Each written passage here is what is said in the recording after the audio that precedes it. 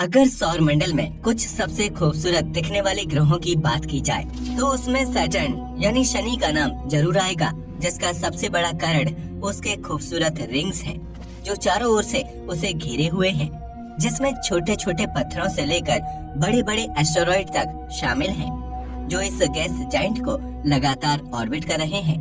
ये सभी रिंग्स मिलकर इसकी खूबसूरती को काफी ज्यादा बढ़ा देते हैं और ये हमारे सोलर सिस्टम में अकेला ऐसा ग्रह है जिसके पास रिंग्स हैं। पर क्या आपने कभी सोचा है कि हमारे सोलर सिस्टम में केवल सैटर्न के पास ही रिंग्स क्यों हैं? हमारी पृथ्वी या फिर सोलर सिस्टम में किसी और ग्रह के पास रिंग्स क्यों मौजूद नहीं है? और आखिर सैटर्न की ये रिंग्स कैसे बनी हैं? तो आज के इस वीडियो में हम यही जानने वाले हैं कि आखिर सैटर्न की रिंग्स कैसे अस्तित्व में आई। सोलर सिस्टम के बारे में आपने पहले भी काफी जानकारी प्राप्त की होगी और ग्रहों के बारे में समझा होगा।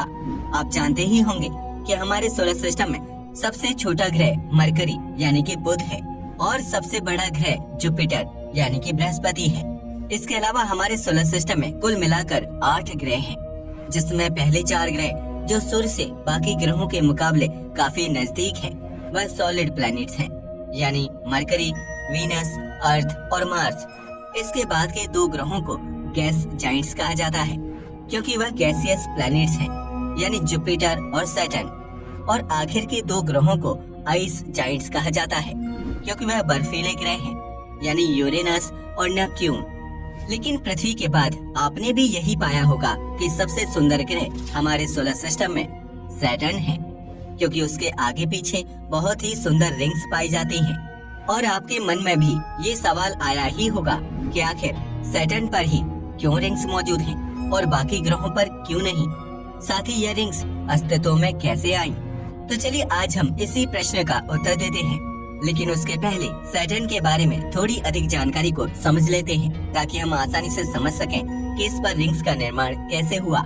सैटर्न हमारे सोलर सिस्टम का दूसरा सबसे बड़ा ग्रह है और आपको ये जानकर बहुत ही हैरानी होगी कि ये इतना बड़ा है कि इसमें एक ही समय पर 764 पृथ्वी समा सकती हैं। ये ग्रह असल में येलो शेडेड गैस जाइंट है और इसकी सतह पर ज्यादातर हाइड्रोजन और हीलियम पाया जाता है, जिसके कारण हम ये कह सकते हैं कि ये ग्रह काफी हल्का होगा। क्या आप जानते हैं कि यह ग्रह इतना हल्का है कि यदि हम इसके जितना बड़ा एक समंदर ढूंढ निकालें और उसमें इस ग्रह को डालें तो ये समुद्र में डूबेगा नहीं, बल्कि उसमें तैरने लगेगा। साथ ही आपको ये सुनकर भी हैरानी होगी कि सैटर्न ग्रह का 1 वर्ष पृथ्वी के लगभग 30 वर्षों के बराबर है, यानी इस ग्रह पर हर मौसम 7 से 8 साल तक चलता है। लेकिन इसके विपरीत इस ग्रह पर दिन सबसे छोटा होता है, जो केवल 10 से 11 घंटों का ही होता है, जिसका कारण इसकी अपनी एक्सिस पर तेज रोटेशन है। सैटर्न के पास हमारे सोलर सिस्टम में सबसे ज्यादा 82 मून्स हैं, जिनमें से 53 मून्स ऐसे हैं जिन्हें हमारे वैज्ञानिकों द्वारा कंफर्म किया जा चुका है। साथ ही 29 मून पर लगातार रिसर्च चल रही है, जिन्हें बाद में कंफर्म किया जाएगा। आपको जानकर हैरानी होगी कि इस ग्रह पर जब बारिश होती है तो वो पानी की नहीं होती, बल्कि सैटर्न पर डायमंड्स की बारिश होती है। अब हम आपसे जरूर जानना चाहेंगे कि क्या आप ये बात पहले जानते थे या आज पहली बार आपको इसके बारे में जानकारी मिली है? न केवल सैटर्न पर डायमंड्स की बारिश होती है, बल्कि साथ ही सैटर्न की रिंग से जो भी पार्टिकल्स गिरते हैं वो भी इस ग्रह पर बारिश की ही तरह गिरते हैं, क्योंकि माना जाता है कि सैटर्न ग्रह की रिंग्स में कॉमेट्स, एस्टेरॉइड्स और डस्ट के टूटे हुए हिस्से पाए जाते हैं। साथ ही कुछ वैज्ञानिकों का ये भी मानना है कि इसकी रिंग्स में कुछ मून्स के भी टूटे और बिखरे हुए हिस्से मौजूद हैं। ऐसा इसलिए क्योंकि सैटर्न की ग्रेविटी इतनी ज्यादा स्ट्रॉन्ग है कि जब कोई वस्तु उसकी ग्रेविटी को झेल नहीं पाती तो वहीं टूटकर बिखर जाती है और फिर सैटर्न की ग्रेविटी के कारण उसके आगे पीछे घूमने लगती है, जिसकी वजह से इसकी रिंग्स का निर्माण हुआ। यदि इसे आसान भाषा में समझें तो जब भी कोई वस्तु जैसे कि मून जब सैटर्न की तरफ बढ़ता है तब ज्यादातर वह सैटर्न की बहुत ही स्ट्रॉन्ग ग्रेविटी के कारण उसके आगे टिक नहीं पाता, इसलिए वह अपनी ऑर्बिट से हिल जाता है और उसकी खुद की ग्रेविटी भी उसकी ज्यादा सहायता नहीं कर पाती, जिसके कारण वह टूट जाता है या बिखर जाता है और सैटर्न के ही आगे पीछे घूमने लगता है। ऐसा ज्यादातर सैटर्न के आसपास के एक रीजन में होता है, जिसे रॉश लिमिट कहा जाता है। ऐसा इसलिए क्योंकि माना जाता है कि इस रीजन में सैटर्न की ग्रेविटेशनल फोर्स सबसे अधिक होती है। ये भी कहा जाता है कि यह कॉमेट्स, एस्टेरॉइड्स या मून्स के बिखरे हुए हिस्से आइसी या फिर रॉकी भी हो सकते हैं और इन पर धूल जमी होती है।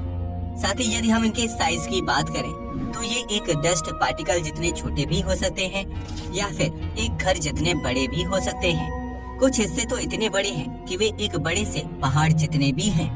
पाया गया है कि सैटर्न की 7 रिंग्स होती हैं, जिन्हें नाम दिया गया है A, B, C, D, E, F और G। इनमें से A, B और C को मेन रिंग्स कहा जाता है और बाकी की 4 रिंग्स काफी फेंट यानी कि धुंधली होती हैं। साथ ही इन रिंग्स के बीच की जो खाली जगह है उसे कसीनी डिवीजन कहा जाता है। लेकिन असल में ये नाम अल्फाबेटिकल ऑर्डर में नहीं रखे गए हैं, बल्कि कौन सी रिंग पहले खोजी गई थी उसी प्रकार उसका नाम पड़ा। जैसे कि यदि आप सैटर्न की सतह के बाहर की ओर चलें, तो जो पहली 3 रिंग्स हैं उनका नाम है D, C और B रिंग। इसके बाद कसीनी डिवीजन आता है और उसके बाद की रिंग्स का ऑर्डर है A, F, G और आखिर में सबसे बाहरी रिंग आती है जिसे E रिंग कहा जाता है। इसके अलावा बाहर की ओर एक और रिंग पाई जाती है और माना जाता है कि वह सैटर्न के एक चांद फीवी के कारण बनी है, इसलिए उसे फीवी रिंग कहा जाता है। क्या आप जानते हैं कि हर एक रिंग अलग अलग स्पीड से सैटर्न के आगे पीछे घूमती है।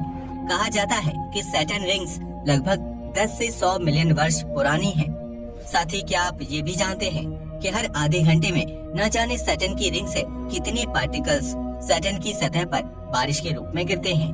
माना जाता है कि ओलंपिक स्विमिंग पूल में जितना पानी होता है उतना ही ज्यादा यह डस्ट और पार्टिकल्स इस ग्रह की सतह पर गिरते रहते हैं। इसलिए हमारे वैज्ञानिकों का ये भी कहना है कि हो सकता है कि आने वाले 300 मिलियन सालों तक इसकी रिंग्स गायब हो जाएं। लेकिन कुछ नए आंकड़े बताते हैं कि इसकी रिंग्स के गायब होने की संभावना लगभग 10 से 100 मिलियन वर्ष की है। अब आप सोच रहे होंगे कि आखिर बाकी ग्रहों पर ये रिंग्स क्यों नहीं पाई जाती। तो मैं आपको बता दूं कि ऐसा नहीं है कि अकेले सैटर्न पर ही रिंग पाई जाती है। सैटर्न के अलावा जुपिटर, यूरेनस और नेपट्यून ग्रह पर भी रिंग्स पाई जाती है। लेकिन फर्क सिर्फ इतना ही है कि सैटर्न की तरह उन ग्रहों की रिंग्स अच्छे से नजर नहीं आती, वह काफी धुंधली होती हैं। अब आपके मन में ये भी सवाल आया होगा कि क्या फिर पृथ्वी के साथ साथ मरकरी, वीनस और मार्स पर भी रिंग्स मौजूद हैं? तो इसका जवाब है नहीं। ऐसा इसलिए क्योंकि बाकी ग्रहों में रोश रीजन में काफी ज्यादा एस्टेरॉइड्स, कॉमेट्स और मून्स पाए जाते हैं और जैसा कि हमने आपको पहले बताया, जब वे उस रीजन में ग्रेविटेशनल फोर्स का सामना नहीं कर पाते तो वो बिखर जाते हैं। लेकिन मरकरी, वीनस, अर्थ और मार्स के आसपास एस्टेरॉइड्स, कॉमेट्स और मून्स उतने नहीं पाए जाते, इसलिए यहाँ रिंग्स बनने की ज्यादा कोई संभावना नहीं होती। ऐसा इसलिए क्योंकि यदि इन ग्रहों के आसपास एस्टेरॉइड, कॉमेट्स और मून्स मौजूद भी होते तब भी उन पर इन ग्रहों की ग्रेविटी का ज्यादा असर नहीं पड़ता। इसका पहला कारण ये है कि ये ग्रह बाकियों के मुकाबले काफी छोटे हैं, जिसके कारण इनका रोश रीजन काफी नजदीक होता है और वे उन ऑब्जेक्ट्स पर ज्यादा असर नहीं डाल पाता। दूसरा कारण ये भी है कि बाहर से आने वाली ग्रेविटेशनल फोर्स का असर उन पर इन ग्रहों के मुकाबले ज्यादा होता है, इसलिए यदि वे रोश रीजन में भी मौजूद होते तो भी बहुत ही कम संभावना होती कि वह बिखर जाए और एक रिंग्स का निर्माण करे, क्योंकि रॉकी प्लैनेट्स की ग्रेविटी इतनी ज्यादा नहीं होती। अगर रिंग्स का निर्माण हो भी जाए तो वह ज्यादा समय तक नहीं रहती और धीरे धीरे ग्रेविटी के कारण वह किसी एस्टेरॉइड या फिर चंद्रमा में बदल जाती है। ऐसी स्थिति हमारे पृथ्वी के साथ भी हो चुकी है।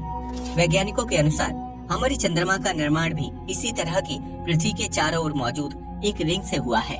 वैज्ञानिकों की माने तो आज से करीब 4 बिलियन साल पहले की बात है। यह पृथ्वी के जन्म के कुछ समय बाद की घटना है।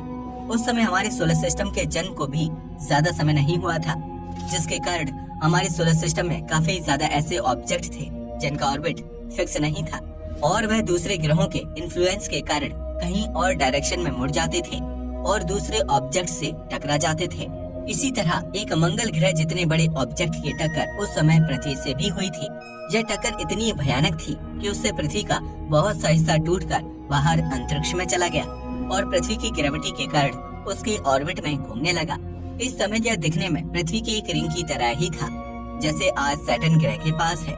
लेकिन पृथ्वी की कम ग्रेविटी के कारण यह ज्यादा समय तक एक रिंग की तरह नहीं रह पाया और इसमें मौजूद एस्टेरॉइड के टुकड़ों ने धीरे धीरे करीब आना शुरू कर दिया और ग्रेविटी के कारण कुछ लाख साल बाद वह एक साथ आकर एक गोल ऑब्जेक्ट में बदल गए, जिससे हमारे चंद्रमा का निर्माण हुआ। कहने का मतलब सिर्फ इतना ही है कि बहुत कम ऐसे ग्रह होते हैं जो अपने चारों ओर रिंग्स को बनाए रख पाते हैं, और रॉकी प्लैनेट्स की ग्रेविटी ज्यादातर रिंग्स को संभाल कर रखने के लिए काफी ज्यादा कम होती है। गैसियस जाइंट्स में भी बड़ी रिंग्स का बन पाना रेयरली ही होता है, और हमारे सोलर सिस्टम में केवल सैटर्न ही इतनी बड़ी रिंग्स बनाने में सक्षम हो पाया है। आज के लिए बस इतना ही। जय हिंद दोस्तों।